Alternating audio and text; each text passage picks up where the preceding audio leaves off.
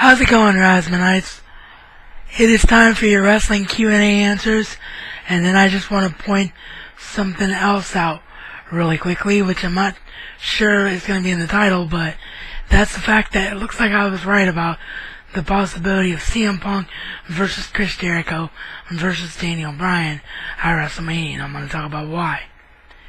Today, on the Razman's Reality.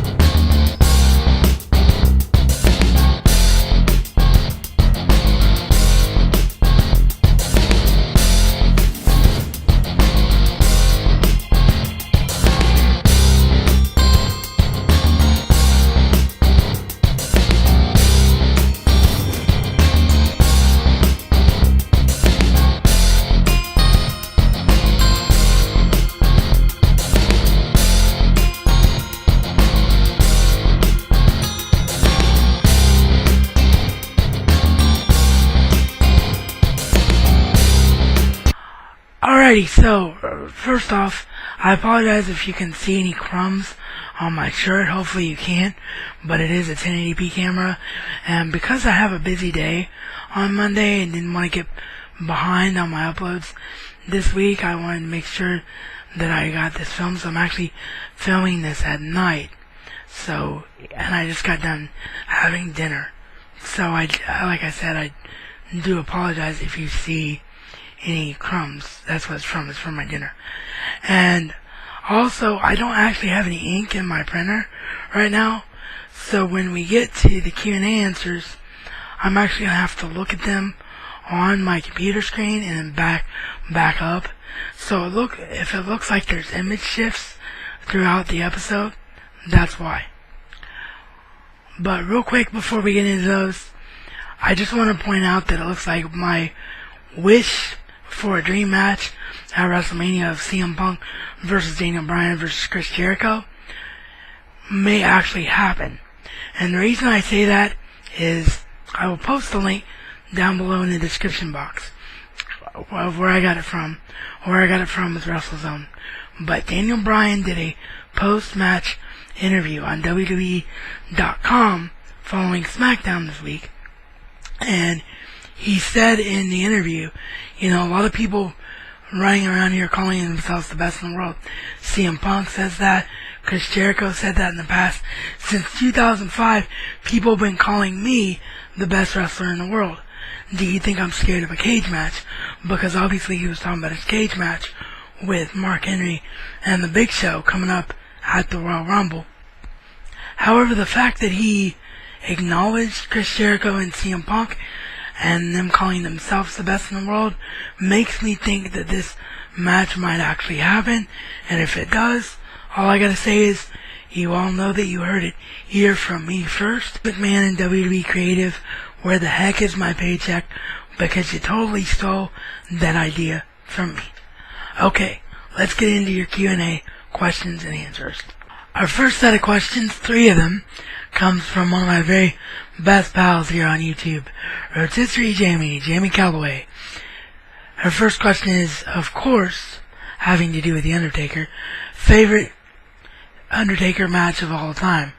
Well, Jamie, you really shouldn't have to ask me this question, nor should anybody that really knows me and knows how big of a Chris Jericho fan that I am. So obviously my favorite Undertaker match of all time is broadcast airing November 13th, 2009, Chris Jericho versus The Undertaker.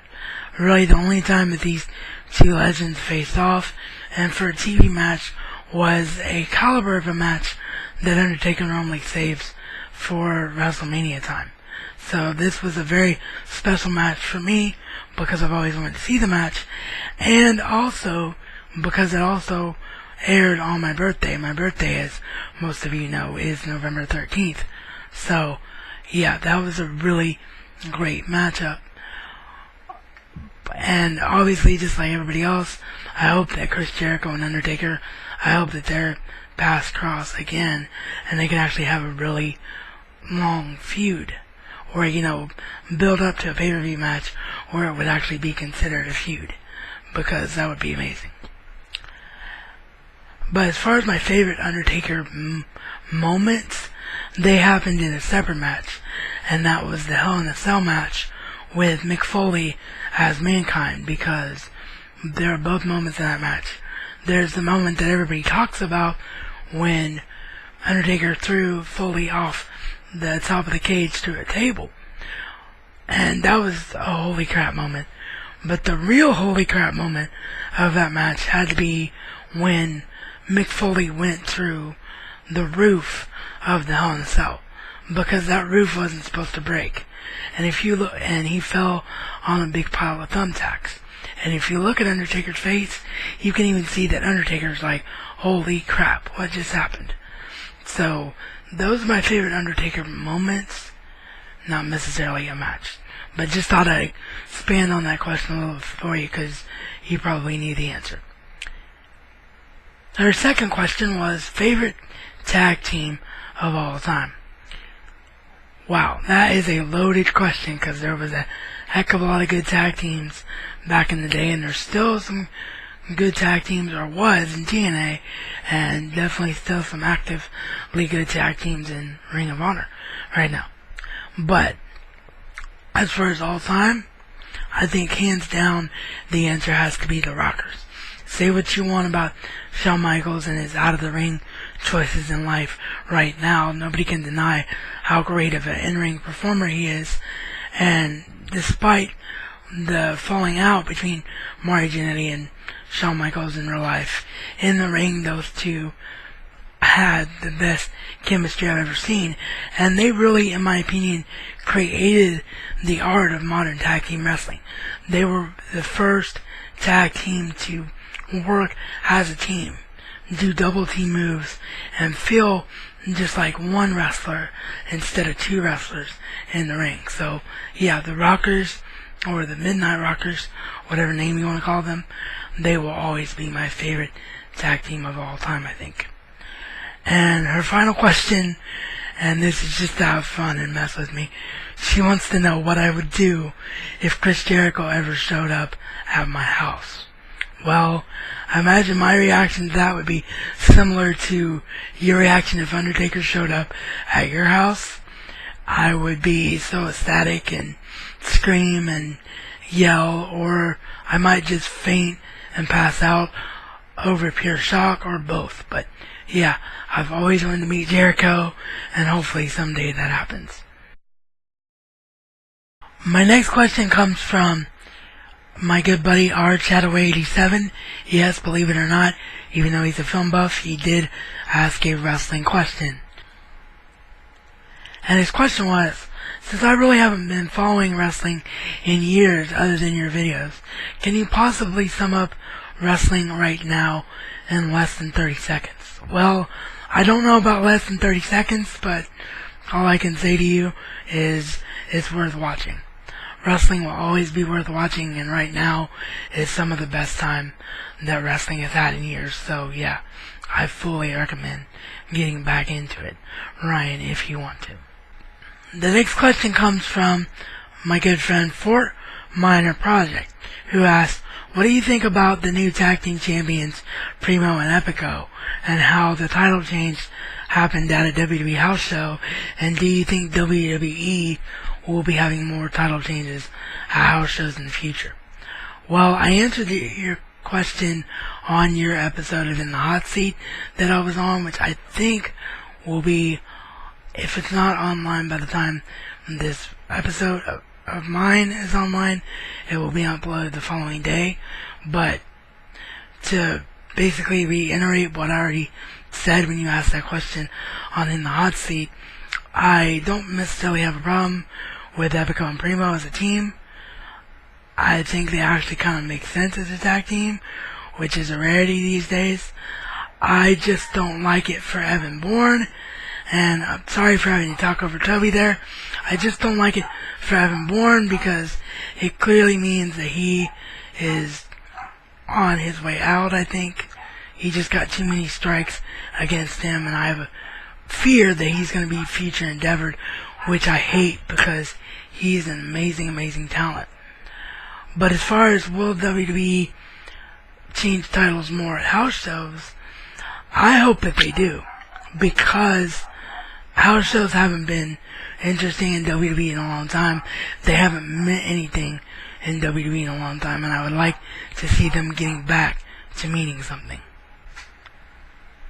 My next question comes from two different people, but it's the same question, so I'll just shout them both out. One on Facebook is known as Logan Foster.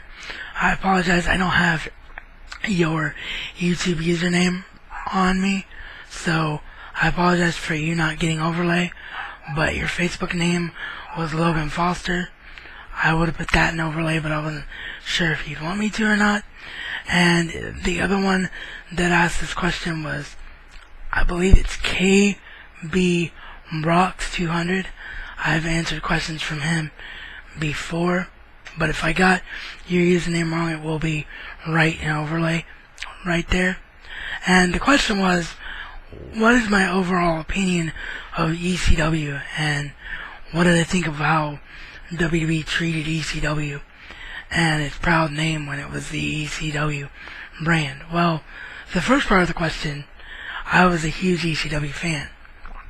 I thought that ECW back in the day was new, fresh, and exciting, and it was something that no other company did.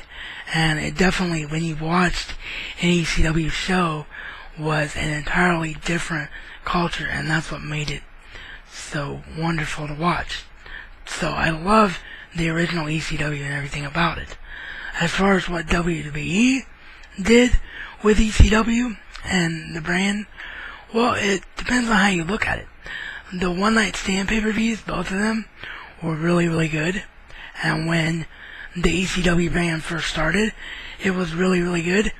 And even arguably after Rob Van Dam screwed up his career, got caught with Sabu of smoking weed, and left WWE, and the Big Show became ECW champion, I think that was some of Big Show's best work. In fact, to this day, I still call that the Big Show's best work. It's the only time as a champion that I've ever found him entertaining. I normally can't stand the Big Show, but he was really, really good at that somewhat hardcore style in ECW. But everything after that, after the Big Show's reign, went completely down the tubes. And then once all the originals screwed up for whatever reason, or they just decided to let them go, whatever the case was, and all the ECW originals were gone from the ECW brand, and it became just another WWE show with wrestling and no hardcore involved in it at all. I just hated it, and I knew it was only a matter of time before it ended. But what I will say about its ending is that its final run, its final year, I guess you would call it, was when Christian was on the top of that brand, and Christian just proved how good he was because he made his matches in ECW worth watching. So I don't like what WWE as a whole did with ECW. I think as a whole, they threw it down the crapper. Sorry, I'm trying to talk over background noise again. I think as a whole, they threw it down the crapper, but there were saving grace elements to it. But overall, the original ECW will always be a better product. And the final question for today comes from my good pal, Owen Neal. Owen asks, did I watch CM Punk when he was in IWA Mid-South? And the answer is yes. I've watched CM Punk his whole career. I've always been a CM Punk fan. As I said, Chris Jericho and CM Punk are my two favorites of all time. I think his work in IWA Mid-South is some of his best ever. And I don't know particularly if this was an IWA Mid-South matchup, but it's a matchup that, because everything on with CM Punk and the indie scene kind of blends together for me now. But one of my favorite matches, in fact, probably my favorite match to this date, other than CM Punk versus John Cena at Money in the Bank last year, happened when CM Punk was on the indie scene. And it happened in a match that he had as champion of his independent organization versus Eddie Guerrero and Rey Mysterio unmasked. And if I'm not mistaken, I believe that match in full is on YouTube. Just type in CM Punk versus Rey Mysterio versus Eddie Guerrero. Just three of the greatest of all time in the ring at once, and just an amazing, amazing match. But yeah, CM Punk was an amazing independent wrestler. That's why he has the right to call himself one of the best in the world, and that's why everything that's going on in WWE right now with him makes total sense. Love everything about CM Punk.